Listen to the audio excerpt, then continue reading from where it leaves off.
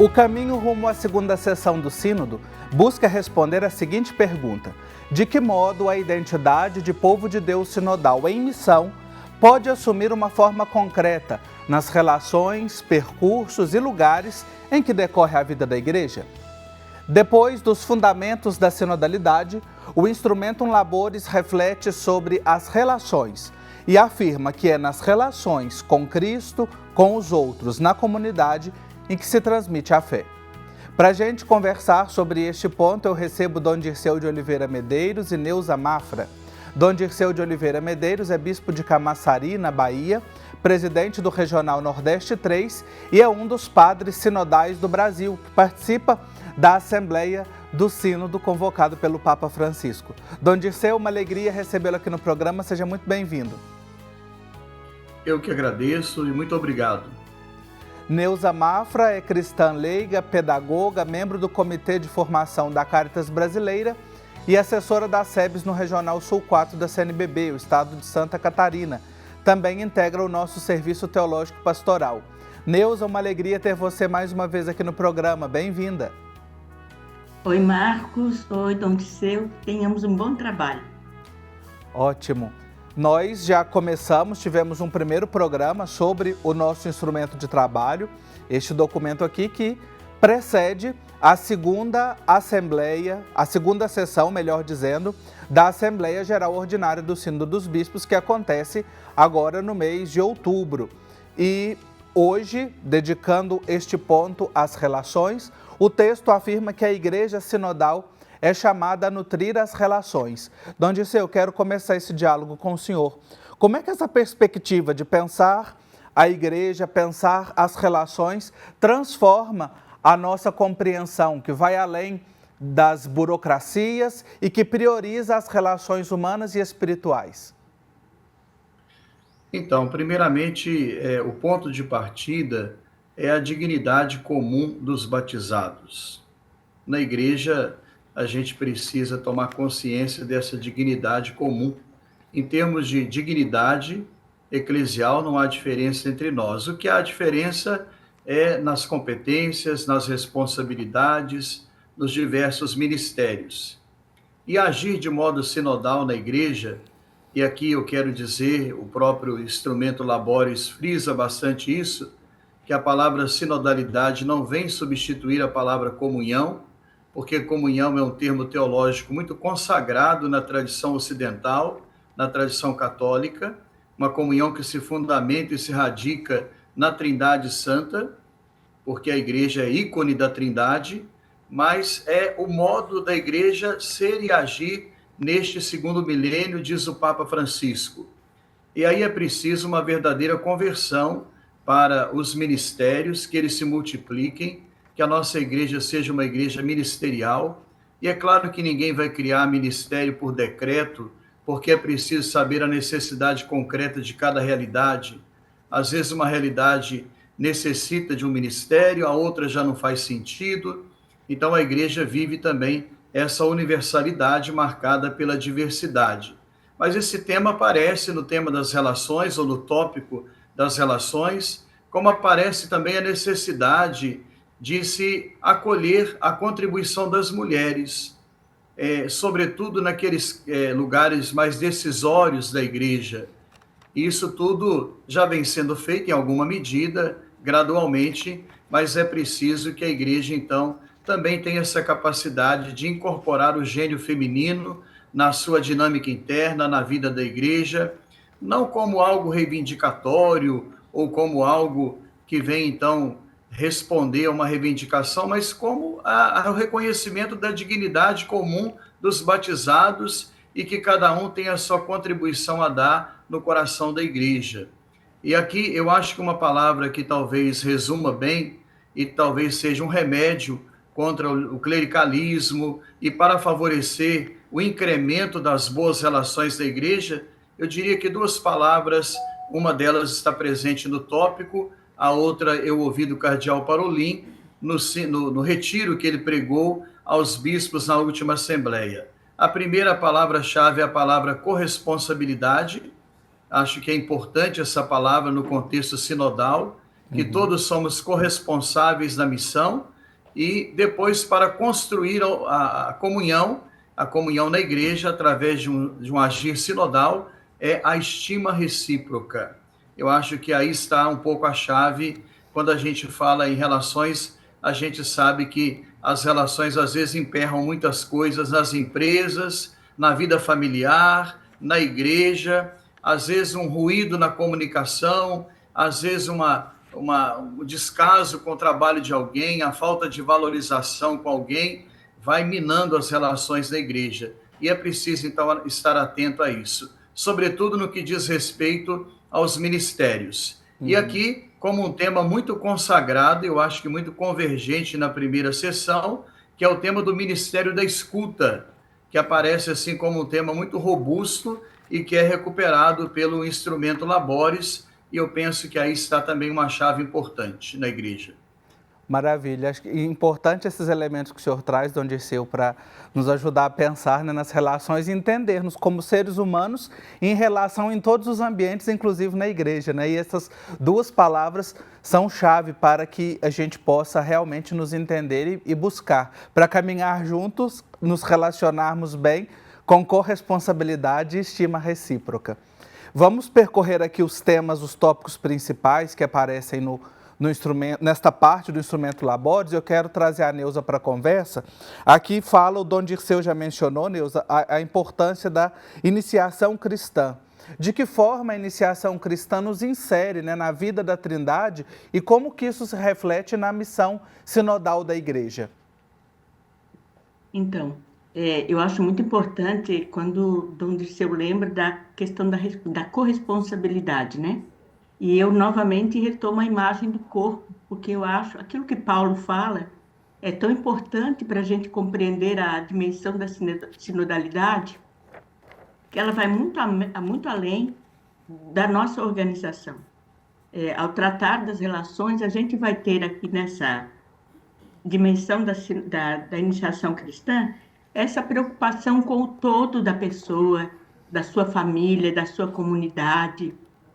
O que é que traz para esse convívio com a igreja? Então, eu acho tão fundamental que a gente exerça essa compreensão, levando, sobretudo, em conta a diversidade que nós temos na igreja, nessa riqueza de dons e de carismas, dizendo ali que ninguém é maior que ninguém é menor que ninguém, e isso é algo que tem que realmente acontecer neste contexto eclesial. É claro que ele começa lá nas comunidades, esse recorte para a questão feminina na igreja é extremamente importante, e já faz muito tempo que vimos trazendo à tona essa necessidade, não porque a gente quer reivindicar um lugar, mas porque este lugar ele pertence aos batizados, aos filhos e filhas de Deus.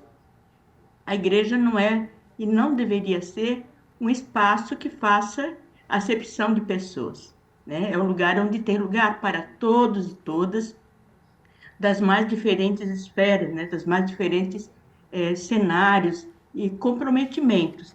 Então, retomar essa dimensão do batismo, que parte, né, do nosso compromisso cristão, é fundamental, porque o que eu entendo disso, né? A igreja ela tem que ser esse espaço onde vamos nós criar e fortalecer esta relação entre nós mesmos, porque isso tudo, esse aprendizado que a igreja nos dá a partir da iniciação cristã, é aquilo que vai depois aflorar na nossa relação e na nossa participação na sociedade, né?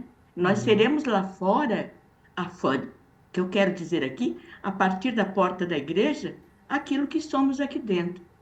E isso tem que reverberar em coisas boas. É lá que a gente tem que transmitir a paz, transmitir o evangelho vivo de Jesus Cristo, né? É lá que a gente vai ter que mudar e proporcionar mudanças e transformações extremamente estruturantes.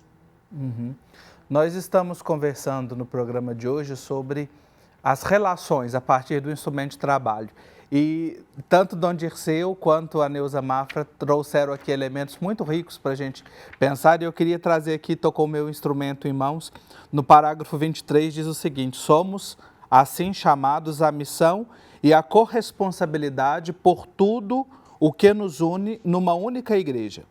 Esses dons têm uma tríplice e inseparável orientação: pessoal, comunitária e missionária. E ambos falavam aqui na importância de nós, a partir do batismo, vivermos essas nossas relações e constituirmos comunidade. Nós vamos fazer um intervalo, é bem rapidinho, e já já a gente continua essa conversa com o Dom Dirceu de Oliveira Medeiros e com a Neuza Mafra. E se você quiser rever os nossos programas anteriores, os temas que a gente tem trabalhado aqui no Igreja Sinodal, você pode acessar Igreja Sinodal no YouTube, você confere tudo, e também a primeira parte do instrumento de trabalho que a gente conversou com o padre Agenor Briguente. O intervalo, rapidinho, a gente já volta.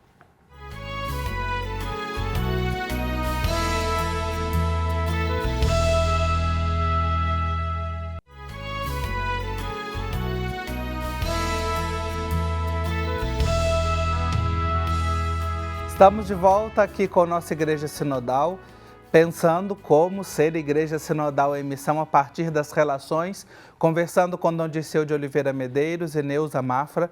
E quero retomar aqui, Dom Dirceu, um ponto, o senhor já tocou no primeiro bloco, e ele aparece aqui no Instrumentum Laboris, para o povo de Deus, carismas e ministérios. No primeiro programa desta série, o padre Agenor Briguente nos falava desses dois pilares sobre os quais se sustenta a sinodalidade, que é a recuperação da categoria do povo de Deus e da igreja de igrejas, e nessa categoria do povo de Deus, a diversidade de carismas e ministérios. Queria que o senhor acentuasse um pouquinho mais, como é que essa diversidade de carismas e ministérios contribui para a construção de uma igreja mais sinodal e missionária. Na verdade, quando nós falamos desse assunto, estamos falando do protagonismo também dos leigos. E a igreja, ela tem multiplicado os ministérios. Recentemente aqui, em nosso regional, nós fizemos então a cerimônia de instituição de 26 novos ministros catequistas, que já é uma iniciativa do Papa Francisco, que eu acredito que é um reconhecimento do papel do catequista, que é um ministério tão importante no quesito, no tópico da transmissão da fé. Também os ministérios, como por exemplo do acolitato, do leitorato, o Papa abriu também aos leigos, e eu penso que outros tantos poderão surgir, porque as necessidades são tantas e tamanhas, que é importante que todos cooperem na missão. E nesse sentido, eu queria frisar novamente que o ponto de partida é a dignidade comum dos batizados, o sacerdócio comum dos fiéis, e a igreja precisa, de fato, contar com essa ajuda importante, essa corresponsabilidade do nosso laicato. Alguns outros temas ainda precisam ser apreciados. A Secretaria do Sínodo, em sintonia com aquilo que foi colhido do relatório de síntese, porque ali havia três nortes importantes. Havia as convergências, os temas a serem aprofundados, que na verdade são onde não há convergência, há naturalmente uma divergência, e as propostas concretas. Então, algumas coisas ainda precisam ser aclaradas, porque tem também questões de implicações teológicas, bíblicas, e assim por diante, e também a questão com a comunhão da igreja. Mas eu acho que nós já demos passos muito importantes. E aqui eu queria repetir a questão do Ministério da Escuta, que apareceu como um grande clamor, como a gente poderia operacionalizar isso nas dioceses, em nossas estruturas. Outro dia, só para contar um caso muito concreto, eu vivo numa cidade muito violenta, a terceira ou a quarta cidade mais violenta do país. A minha catedral está no meio de uma praça também repleta de pessoas em situação de rua. Fui celebrar a missa e um senhor me procurou porque estava endividado e ameaçado de morte por um agiota, Então, a gente fica pensando onde estão as nossas estruturas capazes de fomentar essa relação também de ajuda, de orientação, de algum encaminhamento prático que às vezes é possível.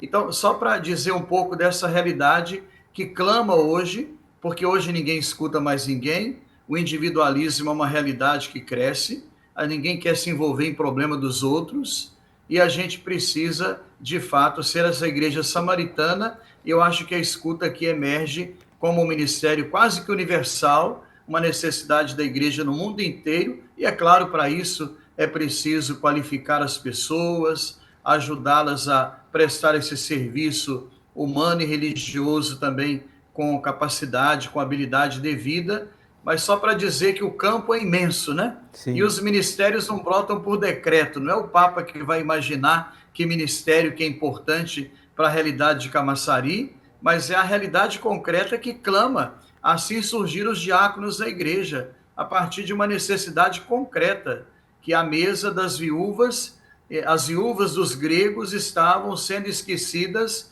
na hora da fração do pão, e ali surgiu a partir de uma realidade muito concreta.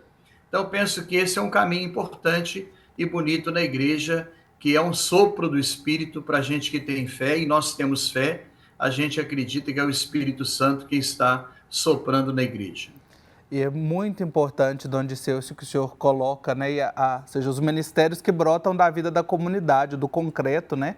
E aqui, retomando esse ponto da escuta, para ajudar quem está em casa, né, no parágrafo 34, Dom Dirceu mencionava, parece assim sumamente oportuno criar um ministério de escuta e acompanhamento reconhecido e eventualmente instituído, que torne concretamente palpável um aspecto tão característico da Igreja Universal, né? A escuta que permeou toda e vem permeando esse processo sinodal, e aqui aparece também, emerge a criação de um ministério.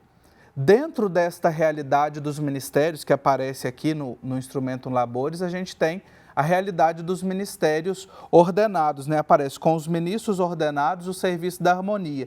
E eu quero trazer a Neuza Mafra aqui para a nossa conversa, né, Neuza? Como é que a gente pode olhar para essa realidade, o papel dos ministros ordenados, a partir daquilo que o Instrumentum Laboris traz? Fala que muitos, às vezes, isolados, cansados, né, diante dessa realidade, como que eles podem superar o cansaço e o isolamento para exercer um serviço mais colaborativo e harmônico com os fiéis?